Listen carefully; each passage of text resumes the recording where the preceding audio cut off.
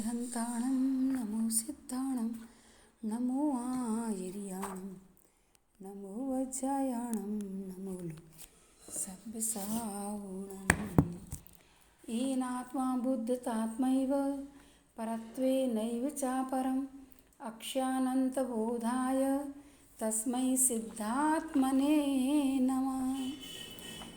आचार्य गुरुवर्षि विद्यासागर जी महामुनि महाराज की जय। कल अपन लोगों ने पढ़ा था कि जो शरीर के माध्यम से सुख दुख को मानता है, अनुभव करता है, वह अज्ञानी है। उन्हीं में उपकार अपकार की बुद्धि को करते हैं, वो अज्ञानी है। लेकिन जो इनसे परे अपने आत्मा का उपकार करने में लगे रहते हैं, आत्मा के कल्याण की हमेशा सोच जिनके अंतस में बनी रहती है, वो ही जीव निकट भव्य कहलाते हैं। आचार्य भगवान तो बहुत अच्छे से कह रहे हैं कि संसार और मोक्ष के मूल हेतु क्या है। सवुद्या यावत् गृणीयात् काय वाक् चेतसां त्रयम् संसारस्तावदेतेषां भेदाभ्यासे तु निर्वृत्ति। एक बार पुनः उच्चारण करें। स्वबुद्ध्या यावत् गृणीयात् काय वाक् चेतसां त्रयम् संसारस्तावदेतेषां भेदाभ्यासे तु निर्वृत्ति। यावत् निजावत तक काय वाक् चेतसां त्रयम्, काय मन शरीर, वाच मन वचन, चेत समनि मन, इन तीनों का स्वबुद्धिया यह मैं हूँ, इस प्रकार की आत्मबुद्धि से गृणीयात यदि ग्रहण है, तावत तब तक संसार संसार है। यानी तीनों योगमय अपने आप को मान रहा है ये जीव, तो संसार है। परंतु एतेषां इन तीनों के भेदाभ्यासे, भेद ज्ञान का अभ्यास होने पर निर्वृत्ति यानी मुक्ति है।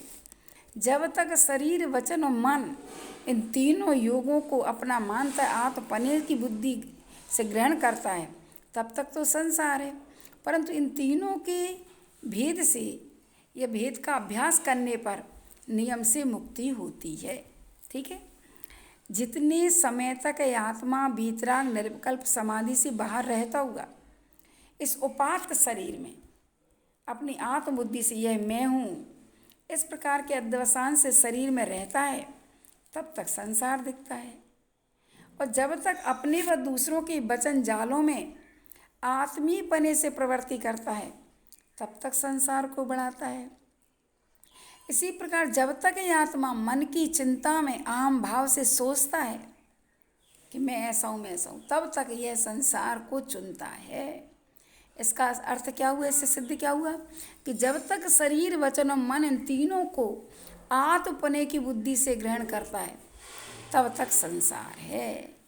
और जब यह आत्मा शुद्ध नय के अवलंबन से इन तीनों का भेद करके अभ्यास कर लेता है, अर्थात इनसे मैं भिन्न हूँ, ऐसा प्रति समय ध्यान के श्रम में रहता है, तभी मुक्ति होती है।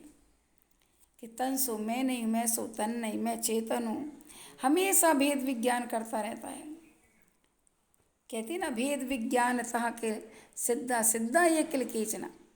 जितने भी जीव आज तक सिद्ध हुए हैं, वे सब भेद विज्ञान से हुए हैं। और जितने भी जीव आज तक संसार में बंधे हैं, वे सब भेद विज्ञान के अभाव में ही बंधे हैं। यानी ये भेद विज्ञान तो होना नहीं चाहिए, मन से भी बना रहे अंदर में, वचनों से भी कहूँ कि मैं अलग हूँ, शरीर अलग है, और तन में भी तत्शरीर भले शरीर में है, लेकिन फिर भी ये शरीर मेरा नहीं है। ऐसा अभ्यास हमें कर लेना चाहिए। जब तक ये अभ्यास नहीं होगा, तब तक हम आगे की भूमिका नहीं बनेगी। तो आचार्य भगवान कहते हैं कि भेद अभ्यास में निष्ठ योगी देह की वर्तमान में या अन्य अवस्था हो जाने पर अपनी आत्मा की अन्य दशा हुई ऐसा नहीं मानता। इस बात को आचार्य भगवंत 4 छंदों में कहते हैं। पहले छंद का अपन पद्य अनुवाद पढ़ लेते हैं। देहादि में निरत है जब लो ही जीव, निर्भ्रांत दुख सहता तब लो अतीव। शुद्धात्म ध्यान तुझको जब हो खुशी है, तेरे सदा निकट ही शिव कामनी है। इस प्रकार अभ्यास करें। अब कैसा अभ्यास करें तो देखो आचार्य भगवंत कितना उपकार कर रहे हैं।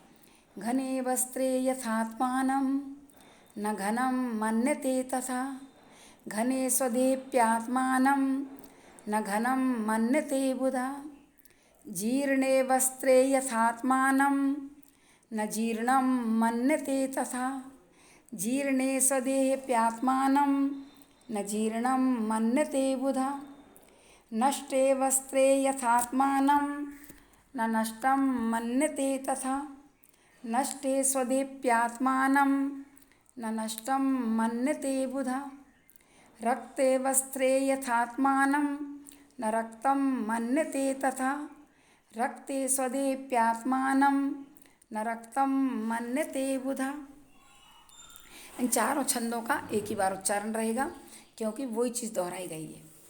यथा समझ लेना इसको, बहुत अच्छी बात करी। यथा माने जैसे कोई मनुष्य वस्त्रे घने, घने वस्त्रे यानी मोटा वस्त्र पहनने पर आत्मानम माने अपने आप को, घनम ना मान्यते अपने आप को मोटा नहीं मानता, तथा वैसे ही स्वदेह अपने देह के घने भी माने मोटे हो जाने पर आत्मानम अपने को, बुधा माने ज्ञानी पुरुष, घनम ना मान्यते यानी मोटा नहीं मानता। यानी शरीर मोटा हुआ है, मेरी आत्मा मोटी थोड़ी हुई है। इसलिए वस्त्र मोटा पहनने पर मैं अपनी आपको मोटा नहीं मानता, ऐसी शरीर के मोटा हो जाने पर मैं अपनी आत्मा को मोटा नहीं मानता हूँ। आगे कहते हैं यथा जैसे कोई जीर्ण वस्त्र, वस्त्र के पुराना होने पर, फट जाने पर, जीर्ण शीर्ण होने पर आत्मानम अपने आप को जीर्ण पुराना ना मान्यते नहीं मानता, वैसे ही बुधा माने विद्वान लोग स्वदेही अपनी अपनी देह के भी जीर्ण हो जाने पर, पुरानी हो जाने पर, झुर्रियाँ पड़ जाने पर आत्मानम जीर्णम ना मान्यते अपनी आत्मा को जीर्ण शीर्ण नहीं मानता। वो तो कहते मैं तो ये ज्ञायक स्वभाव वाले आत्मा हूँ, शरीर थोड़ी है, शरीर अलग है और मैं अलग हूँ। तो शरीर वस्त्र के जीर्ण होने पर अपने आप को जीर्ण नहीं मानता, ऐसे तन के जीर्ण शीर्ण होने पर अपने आप को जीर्ण शीर्ण नहीं मानता। और आगे कहते हैं नष्टे वस्त्र यथात्मानम, वस्त्र के नष्ट हो जाने पर, वस्त्र के फट जाने पर आत्मानम अपने को नष्टम ना मान्यते नष्ट हुआ नहीं मानता है, वैसे ही बुधा माने बुद्धिमान प्रभु स्वदेही अपनी आत्मा के भी नष्टमान नष्ट हो जाने पर भी आत्मानम अपनी आत्मा को नष्ट हुआ नहीं मानता है। देखो कितना बड़ा ज्ञानी है। इसलिए हम मर भी रहे तो मैं थोड़ी मर रहा हूँ, मैं तो हमेशा से हूँ, हमेशा तक रहूँगा। ये शरीर है, जो 10 प्राण है वो समाप्त हो रहा है, 10 प्राण पुनः मिल जाएंगे। आज पुराना कपड़ा फट गया, मैंने अलग कर दिया तो नया कपड़ा मुझे मिलेगा। इस प्रकार का मानता है, नहीं मानता। जैसे और एक दिया, ये जैसे कोई रक्ते वस्त्रे लाल कपड़ा पहनने पर आत्मान अपनी देह को रक्त मन लाल नहीं मानता, उसी प्रकार बुधा विद्यमान स्वदेह अपनी देह के रक्ते अपि लाल होने पर भी आत्मानम अपनी आत्मा को रक्तम ना मान्यते यानी लाल नहीं मानता है। सोचो यहाँ पर आचार्य भगवंत ने कितनी अच्छी बात कही है। जैसे बुद्धिमान मनुष्य सघन वस्त्रों के पहन लेने पर अपने आप को मोटा नहीं मानता, वैसे अपने देह के मोटा हो जाने पर अपनी आत्मा को मोटा नहीं मानता। वस्त्र के पुराने होने पर कोई अपनी देह को पुराना नहीं मानता, वैसे अपनी देह की पुराने होने पर ज्ञानी आत्मा अपनी आत्मा को पुराना नहीं मानता। जैसे वस्त्र के नाश होने पर अपना नाश नहीं मानता, वैसे बुद्धिमान अपनी देह के नाश हो जाने पर अपनी आत्मा का नाश। इसलिए तो समाधि लेना सरल भी और कठिन भी है, क्योंकि यदि शरीर को आत्मा मानोगे तो कभी समाधि नहीं ले सकते हो। और यदि आप कहोगे शरीर छूटेगा, मैं थोड़ी छूटूँ, मेरी आत्मा तो अजर अमर है, अनादिकाल से ही आत्मा अनंत गुणों से विभूषित, लेकिन पता नहीं कैसी गलत गलत योनियों में जन्म लिया इसने, इसलिए मैं भटक रहा हूँ। इसलिए अब मैं शरीर नहीं हूँ, शरीर अलग और आत्मा अलग है। जैसे कोई लाल वस्त्र के पहनने पर अपने आप को लाल पीला नहीं मानता, वैसे बुद्धिमान देह के लाल हो जाने पर, गोरा हो जाने पर, काला हो जाने पर अपनी आत्मा को काला सफ़ेद नहीं मानता है। लेकिन लौकिक क्षेत्र में तो व्यक्ति सिर्फ तन स्तर पर ही जीता है, दैहिक स्तर पर जीता है। मेरा तन गोरा होना चाहिए, मेरा तन सुंदर होना चाहिए, मेरे वस्त्र ऐसे होना, सिर्फ सारा समय तन को सजाने में, तन के में एकत्व बुद्धि लेकर के ही चलता रहता है। लौकिक व्यक्ति अपने वस्त्रों के मोटे फटे पुराने रंग जाने पर अपने देह को भी वैसा है सामान्य से देखा जाए तो नहीं मानता है। उसी प्रकार वीतराग निर्विकल्प समाधि में स्थित स्वसंवेदन ज्ञानी अथवा भेद ज्ञान के अभ्यास के बल से समितियों में आया योगी बाहर आकर के अथवा अंतरात्मा अपनी देह के मोटे पुराने नष्ट अथवा रंग जाने पर अपनी आत्मा को मोटा पुराना नष्ट हुआ अथवा रंगा हुआ नहीं मानता है, क्योंकि व्यवहार से शरीर में स्थित रहता हुआ भी शुद्ध निश्चय से तो देह और आत्मा के भिन्न पने का उसे ज्ञान रहता है। इसलिए हम बाहर कर रहते हुए भी अपने भीतर रहो कि ये मैं नहीं हूँ, इतना तो जानो। भले मैं गोरा हूँ तो मेरा आत्मा गोरी काली नहीं है, आत्मा तो गोरी काली से परे है। मेरी आत्मा तो जीर्ण शीर्ण से पड़े है। भले मेरी उम्र हो गई लेकिन मेरी आत्मा तो आत्मा है, वरना नई होती ना पुरानी होती, आत्मा तो आत्मा रहती है। इसलिए ये धारणा अपनी बनाना चाहिए, तभी हम अच्छे से प्रभु का नाम जपते जपते अपने जीवन का अंत कर सकते हैं, ऐसा मानना। और यदि तन में आसक्ति रही तो कभी भी हम अपने जीवन में समाधि भी नहीं ले सकते और संयम के मार्ग पर भी नहीं जा सकते हैं। ठीक है ना। अब इसी पद्य अनुवाद देखते हैं। ज्यों वस्त्र को पहने मार्दव स्पर्श सस है मानते न निज को बलवान मनुष्य, ना मानते सुबुध त्यों निज देह देख, संतुष्ट पुष्ट निज को बलवान सुरेख।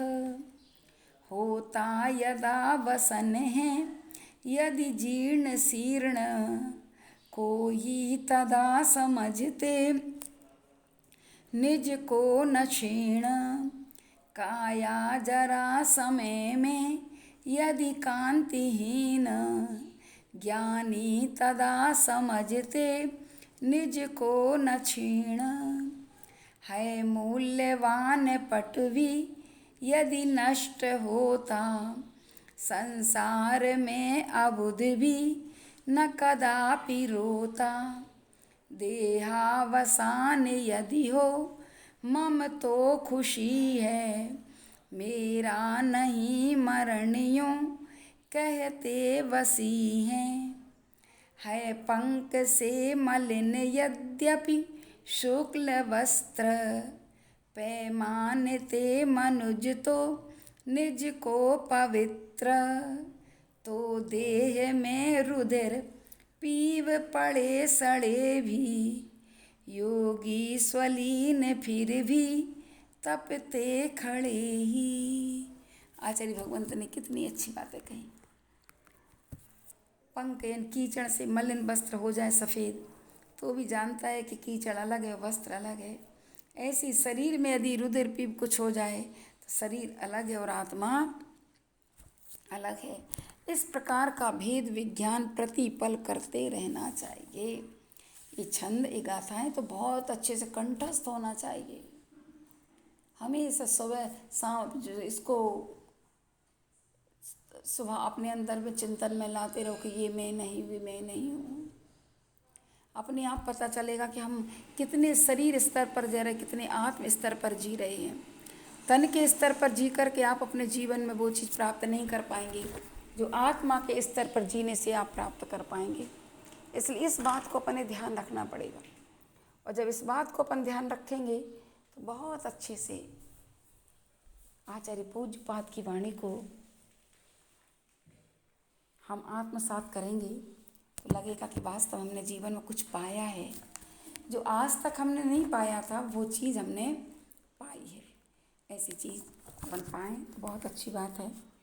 समय आपका हो रहा है इन गाथाओं के इन छंदों को देखना और अब सोच लेना कि अब तो पहले तक गाय और वचन आया तब तो मन भी आ गया है।